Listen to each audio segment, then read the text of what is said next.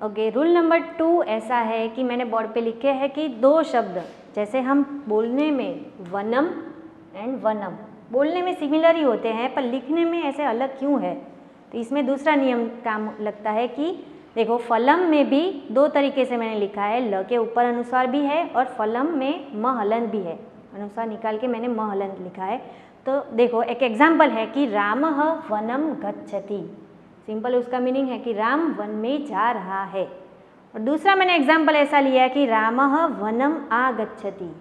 अब दोनों सेंटेंस में वन आगच्छति यानी कि वापस आ रहा है।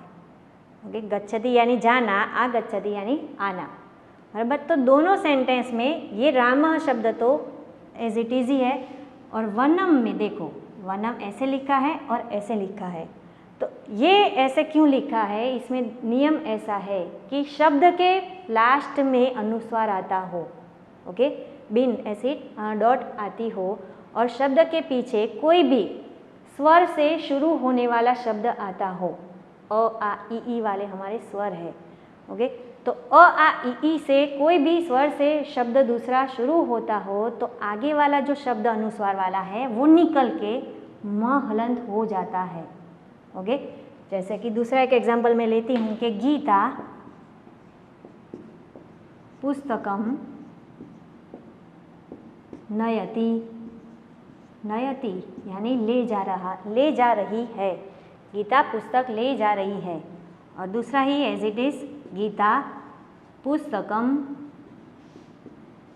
आनयति। ओके, आनयति यानी वापस ला रही है।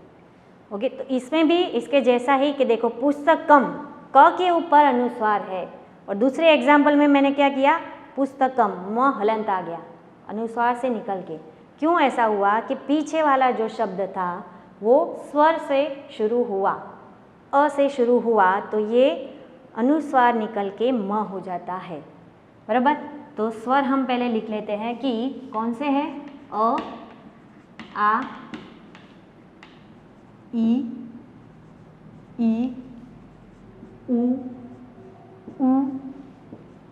ए ऐ ओ औ अह। तो ये हमारे सारे स्वर है। तो दूसरा नियम हमें याद रखना है कि शब्द के लास्ट वाला अनुस्वार, आगे का जो नियम था गंगा वाला, अंकनी वाला, जो शब्द के बीच वाला अनुस्वार का नियम कहा जाता है, और ये वाला नियम है जो शब्द के लास्ट वाला अनुस्वार का नियम। ओके, तो कभी भी आपको ऐसा दिया हो कि एकलव्यः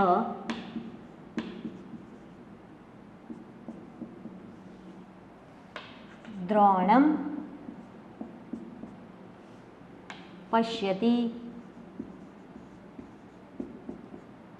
ओके, एकलव्यः द्रोणं पश्यति। और दूसरा ऐसा ही मैं बना रही हूँ, एकलव्यः द्रोणं अपश्यत। ओके, ऊपर वाले सेंटेंस का मीनिंग ऐसा है कि एकलव्य ने एकलव्य द्रोण को देख रहा है। This sentence is in present tense, and next sentence is Eklavya द्रोणम अपश्यत। ये सेंटेंस हमारा पास्ट टेंस में है। क्यों? क्योंकि पीछे अपश्यत लिखा है। ओके, तो इसमें द्रोण और द्रोणम दोनों का प्रोनाउंसिएशन सेम ही होता है, पर लिखा क्यों ऐसा है द्रोण में, इसमें अनुस्वार क्यों है? क्योंकि पीछे वाला जो शब्द है कोई भी स्वर से शुरू नहीं होता है, व्यंजन से शुरू होता है, तो अनुस्वार ही होगा। और यहाँ पे द्रोणम म हलंत क्यों आया है? ओके, म हलंत, ये पूरा म नहीं लिखना है, म हलंत। म खोड़ो भी कहते हैं गुजराती में। ओके, तो म हलंत क्यों लिखा है? क्योंकि पीछे वाला जो शब्द है वो हमारा कोई भी स्वर से शुरू होता है। ओके, तो इसमें अब एग्जाम में क्या होता है, कभी आपको ऐसा लिखा हो और पीछे पश्यति लिखा हो,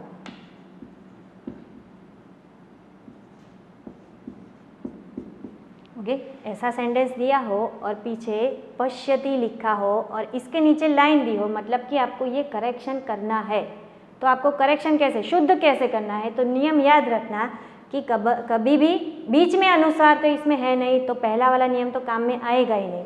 तो ये म हलंत है, मतलब कि दूसरा वाला नियम, तो म हलंत क्यों है, पीछे तो कोई स्वर से शुरू होता नहीं है शब्द, तो ये म हलंत निकल के अणम हो जाएगा। Okay, clear. तो ये हमारा नियम नंबर 2 हुआ। ओके, इसको हम ऐसा भी कहते हैं, वनम वाला नियम बना देते हैं। पहला वाला नियम है जो गंगा वाला, गंगा बोलते हैं तो शब्द के बीच में अनुसार आता है, और वनम वाला हमने दूसरा नियम का नाम दे दिया।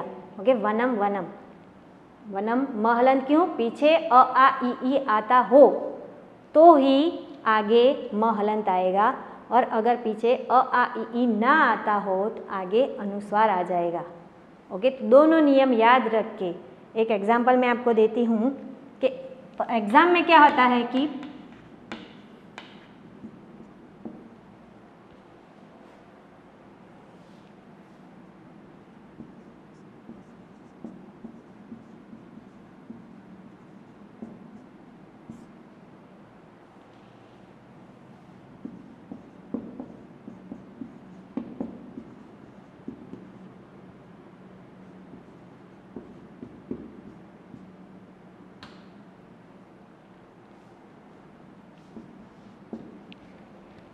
कुर्वाणां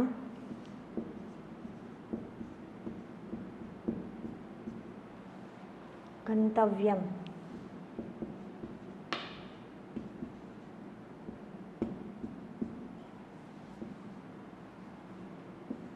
ओके, 9th और 10th दोनों में एग्ज़ाम में ऐसा होता है कि आपको ऐसा सेंटेंस दिया हो। ओके, क्वेश्चन का नाम ऐसा है कि गद्य खंडम शुद्धानि कृत्वा। ओके, शब्द को शुद्ध, गद्य खंड के यानी कि पैराग्राफ के शब्दों को शुद्ध करके फिर से लिखना है पैराग्राफ। बराबर, ऐसा 2 या 3 सेंटेंस का आपको पैराग्राफ दिया जाएगा, और पर्टिकुलर शब्द के पीछे नीचे लाइन भी दी होगी, मतलब कि आपको ये करेक्शन शुद्ध संस्कृत में लिखना है। बराबर, तो देखो पहले कि ये वर्ड है, उसके नीचे लाइन है, और इसमें प्रथमम लिखा है, शब्द के बीच में कोई भी अनुस्वार नहीं है, तो पहला वाला नियम काम में आएगा नहीं। अब शब्द के पीछे देखो म हलंत है, तो ये वाला शब्द कोई भी स्वर से शुरू नहीं होता है, तो यहाँ पे क्या होगा करेक्शन में, प्रथमम। ओके, अब ये वाला आपको पूरा पैराग्राफ एज इट इज़ लिखना है, ऐसा नहीं कि शब्द को शुद्ध करके सिर्फ शब्द ही लिखने हैं। बराबर, अच्छे हैंडराइटिंग में ये पूरा पैराग्राफ लिखना है। ओके, ये रहा दूसरा हमारा नियम कि संग्रहम, तो ये शब्द के बीच में भी अनुस्वार है और पीछे भी अनुस्वार है, तो दोनों नियम देखेंगे। शब्द के बीच में यानी कि ये वाला गंगा वाला नियम, तो कैसे लिखा जाएगा, संग्रहम। अब दूसरा खास याद रखना है, कोई शब्द में 2 नियम भी आ सकते हैं, पहला वाला गंगा वाला और दूसरा वनम वाला भी नियम आ सकता है। ओके, तो ह के ऊपर अनुस्वार है, तो पीछे देखना है कोई भी स्वर तो नहीं आ रहा, अ आ ई ये वाले स्वर नहीं आ रहे हैं ना, तो ना आते हो तो फिर एज इट इज़ ह के ऊपर अनुस्वार ही आएगा। अगर कोई पीछे कोई भी स्वर आता हो तो ये डॉट हटके म हलंत हो जाएगा। ओके, तो आपको ऐसा जरूरी नहीं कि एक शब्द में एक ही नियम आए, 2 भी नियम आ सकते हैं।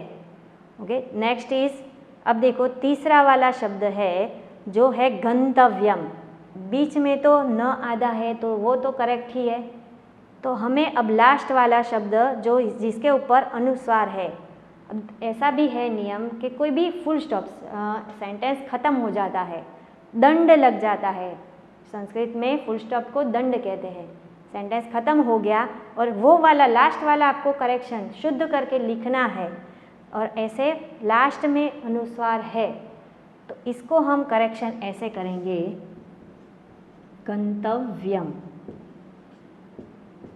ये रहा हमारा शुद्ध संस्कृत शब्द। ओके, गंतव्यम ऐसे लिखना है, कभी भी फुल स्टॉप हो लास्ट में और फिर आगे का जो वर्ड है वो करेक्शन करना है, तो पहला बीच वाला अनुस्वार का नियम ना लगता हो तो लास्ट वाले अनुस्वार का लास्ट वाले अनुस्वार का नियम लगाना है, जो है म हलंत लिखना है। ओके, तो ये हमारा शब्द शुद्धिकरण का हुआ, जिसमें मैं असाइनमेंट भी आपको भेजूंगी, एक पैराग्राफ पर्टिकुलर 3 या 4 पैराग्राफ हो गए, उसमें लाइन के नीचे मीन्स के शब्द के नीचे लाइन भी दी होगी, करेक्शन करके आपको लिखने हैं और इसमें कोई भी डिफ़िकल्टी हो। ओके, खास आपको याद रखना है कि वर्णमाला आपको लर्न करनी है और ये वाला नियम, दूसरा वाला नियम जो वनम वाला है वो याद रखना है। 3 मार्क्स का है, बोर्ड में भी 3 मार्क्स का आता है और 9th में भी 3 या 4 मार्क्स का होता है। बहुत ही इजी में इजी ये वाला टॉपिक है, क्योंकि बाकी का सारा विभक्ति का, काल का है, समानार्थी, पर्यायवाची, वो सारा पेपर स्टाइल में जो होता है वो तो हम कर सकते हैं, पर ये वाला बहुत ही रेयर लोग ये मीन्स के करते हैं, ये अटेंड करते हैं क्वेश्चन। तो ये ऐसा नियम हमें याद रखना है। ओके, सो बाय।